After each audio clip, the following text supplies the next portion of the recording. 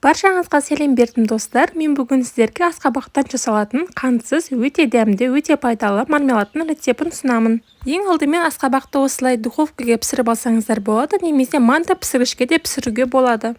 Өзіме керек мөлшерін осылай бөлек алып қоямын. Қалғандарын да осылай қабығынан ажыратып контейнерге мұздатқышта сақтаймын. Мұздатқышта өте ұзақ уақыт сақталады, ал тоңазытқышта 3 күнге дейін сақталады.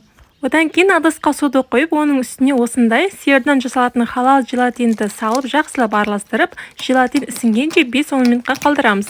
Барлық ингредиенттердің толық құрамын видеоның описаниясына жазып қалдырамын. Пісіріп алған асқабақтың үстіне аз ғана ванилин мен аз ғана корицияны қосамыз.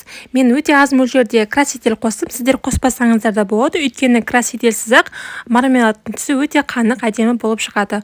Осылай аз ғана суды құйып, жақсылап блендермен езіп аламыз. Бұл рецептегі ең маңызды ингредиенттер ол асқабақ және желатин, ал қалған дәмдеуіштерді қосу, қоспау ол сіздің қалауыңызда. Желатин осылай ісініп қатаяды, енді оны микроволновкада жай ғана ертіп аламыз. Қайнатуға болмайды, қайта-қайта 5-10 секунд сайын ашып араластырып тұру қажет. Немесе су моншасында да ертуге болады. Еріген желатиннің үстіне жаңа дайындап алған пюрені және де осылай мен сияқты агуша пюресінде пайдалануға болады. Мен яблочный пюре пайдаландым. Сіздер өздеріңіз қалаған пюрені пайдалансаңыздар болады. Мен 1 пачка агушаны қолдандым. Сіздер тәтті болғанын қаласаңыздар 2-3 пачка агуша қолдануға болады. 1 шай қасық бал және өте аз мөлшерде лимон шырынын қосып жақсылап араластырамыз.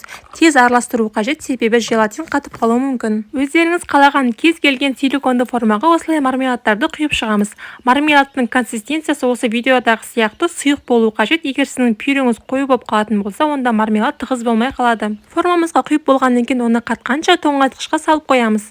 Мінекей мармеладтар дайын болды. Дәл осылай өте оңай дайындалады. Көріп тұрғандарыңыздай дірілдеп, іркілдеп өте әдемі болып тұр. Негізінде бұл мармеладты осылай экранда көрсетілгендей әртүрлі жануарлардың пішініндегі силиконды формаларда дайындалған дұрыс болады. Өйткені ол дүкендегі нағыз мармеладтарға ұқсағандықтан балалар қызығып жеп қояды. Сіздермен бірге болған Ғайша Нұрбекқызы. Астарыңыз дәмді болсын. Менің каналымды қолдап, менің каналыма тіркеліп, лайк басып, пікір қалдырып кетіңіздер. Менің инстаграм парақшама тіркелуді ұмытпаңыздар. Ссылкасын описанияға жазып қалдырамын.